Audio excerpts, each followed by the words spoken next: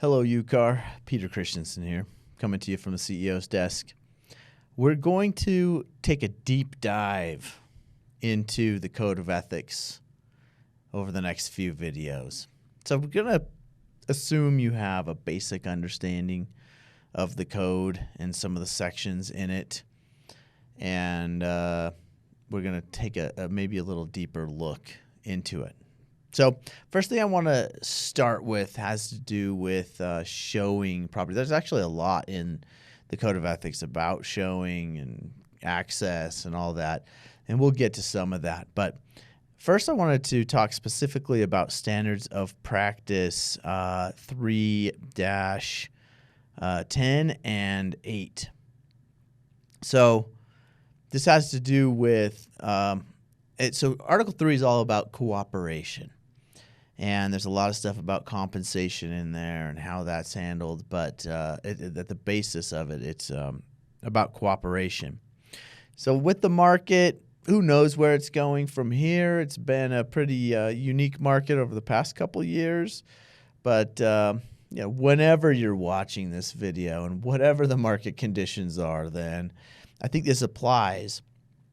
And it has to do with you have to provide access to the property for showing, or rather, you won't misrepresent the availability. And the idea is, if you're representing a seller and you're helping them try to get the widest audience, the most offers, the best offers, then you will not misrepresent the availability of the property in a way that disadvantages the seller and maybe helps your business out. So, for instance, people are interested in the property. Some buyers from your brokerage are interested in the property, but someone from outside comes while your deal is being negotiated. Well, you can't say, no, it's not available to be shown if it really is. Because that would be pushing off potential buyers in order to favor other buyers that maybe are more beneficial. So it should always come from the seller. How the seller wants their property to be available, when it's available for showings, how that really should be a conversation you have with the seller, and then stay consistent with it. So if your seller's open all weekend for showings, you don't cut them off so that the first few get through, and then you want to deal with those buyers, but push others away by saying it's not available anymore. It should be done in a way that the seller approves of. And the other 3-10 talks about giving information that has to do with the property. And making it available for other brokers.